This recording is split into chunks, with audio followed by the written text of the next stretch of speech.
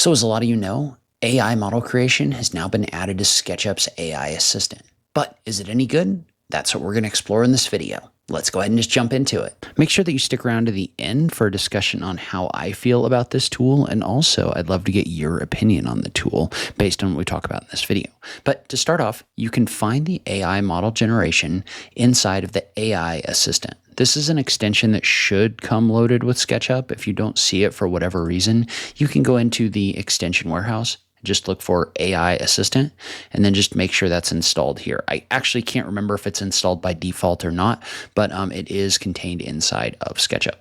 And so the way that it works is you can click on this little button right here to pop up the AI Assistant window. And you can really do two things with this at the moment. You can ask questions, or you can generate objects. And specifically, we're going to pay attention to the generate objects option right here. Note that when you do this, this does take credits. And so with your subscription tier, you get a certain number of credits, depending on if you have Go, Pro, or Studio. And then if you need more credits, you can purchase those kind of separately. I had to dig for this one a little bit, but it looks like the AI subscription is a monthly add-on of $11.99 a month. That'll get you 1,500 additional credits. So if you do need credits, that is the price for those. You can just click on the button for send request. And quite honestly, I'm not sure what happens at that point, if it just adds it or if you need to talk to somebody from sales, but this is the process that you follow. But in particular, I wanted to talk through the model generation, how it works, and then take a look at some of the results.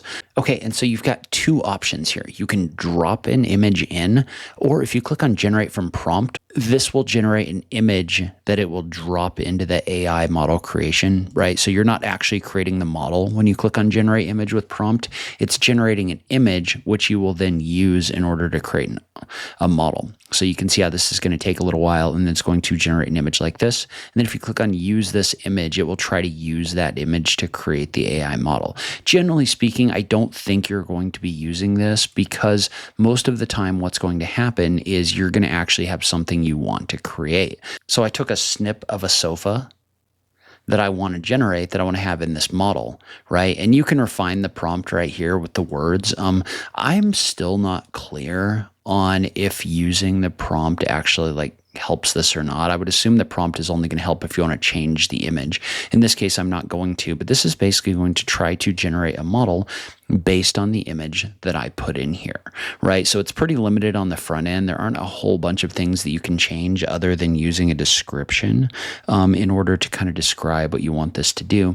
But this is going to go away for a while, and it's going to generate a model, and then it's going to set it up where you can bring it into your SketchUp model. Okay, and so this is the first thing I'm going to take a look at, is the quality of the model that's generated, right? So basically what this is going to show you, it's going to show you the image that you used in order to generate this, and it's going to show you the model right here. So what I can do is I can see that by clicking on the download button and bringing that into my model. And so that's kind of the first thing about the way this is currently set up, is if it gives you a good result, you're in good shape. And so that's one of the frustrating things about AI in general, but especially the way this is currently set up, is it's going to create a model, and that model is just, it is what it is, right? So if we take a look at this model, like this is the sofa we got. Well, the problem with this sofa model that we got right now is that it isn't textured properly. Like, it doesn't look very good. So we can go back in and we can find the models that we've generated before, right? So we can go back into our gallery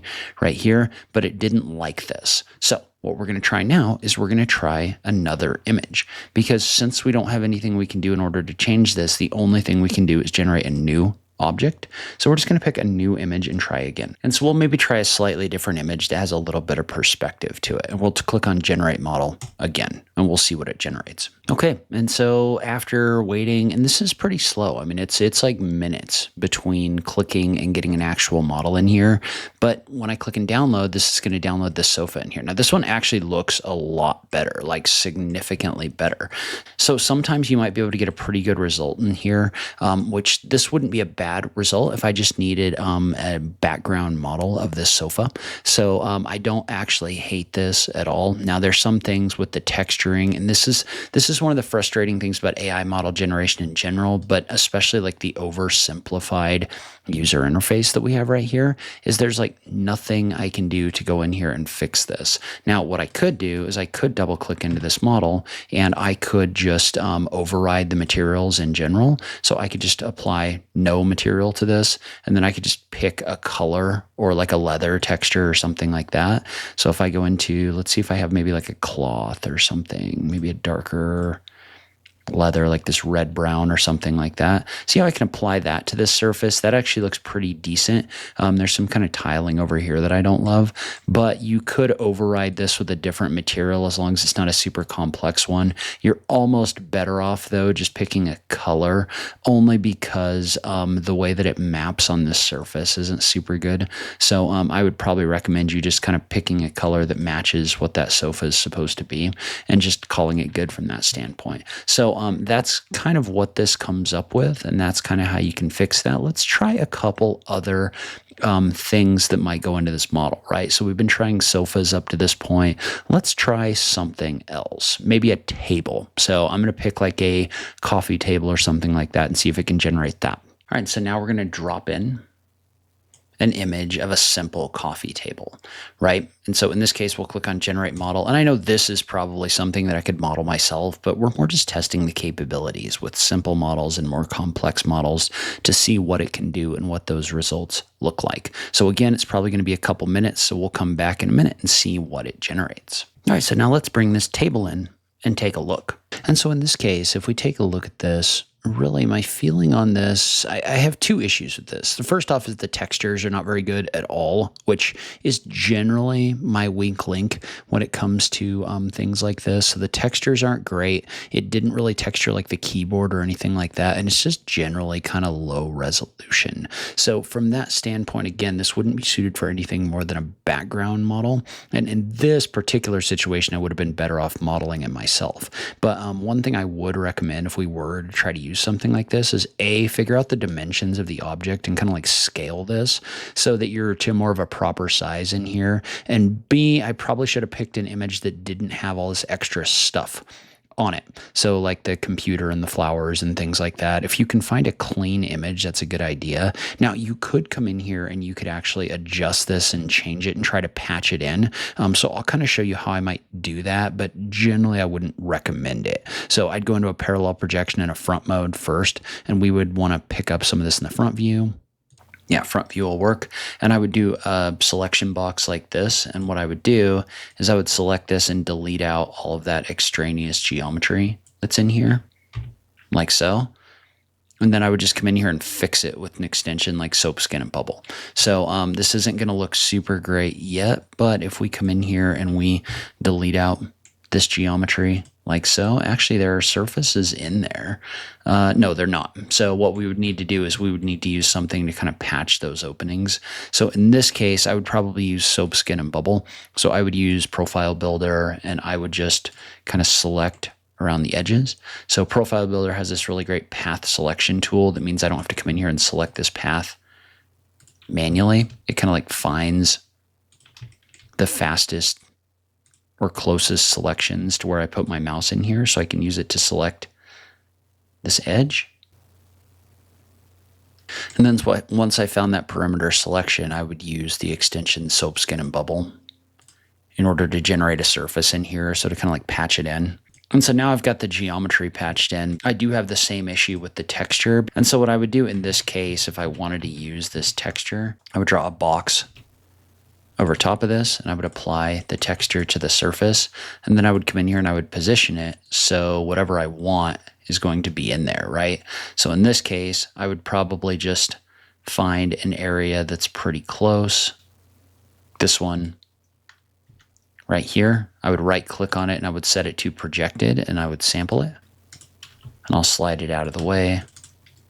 And then I would apply that texture to the surface right here, right? But it's not a super great result. And it just kind of highlights, again, that the fact that you can't edit these models before you bring them into SketchUp means you're going to be doing a lot of rework. And for simpler shapes like this, you're probably just going to want to model them yourself. And by the way, with this object, I would go in and I would soften all the edges so that I didn't have this like massive, nasty seam along the outside. But again, this is definitely going to be something for kind of like far away. But then let's try something that isn't an interior piece of furniture. So I'm just going to click on New Object up here, and I'm going to go snag a picture of a grill from a manufacturer website. Because again, the place where I'm using this mostly is to generate quick things that I don't want to spend time modeling that I can't find in the 3D warehouse. So whoops, didn't like that. So I'll just click and drag this in here, and we'll generate a grill. So let's see what the grill looks like. Then once we generate the grill, we can talk a little bit about this tool as a whole, kind of like where it's going and what's working and what isn't. All right, so now we've got our grill generated. So I'm going to bring this in, take a look. I think this actually probably did the best job on the grill. Like, this is a pretty decent grill. Again, if you're using it as kind of like a model context in the background. Now, is it super clean geometry? No. But does it give you an indicator of how this is going to look? Yes, though I don't love the low resolution of it. But I do think this is something that I could use depending on what the design is. And there's not a whole lot of modification required on that one, which is nice.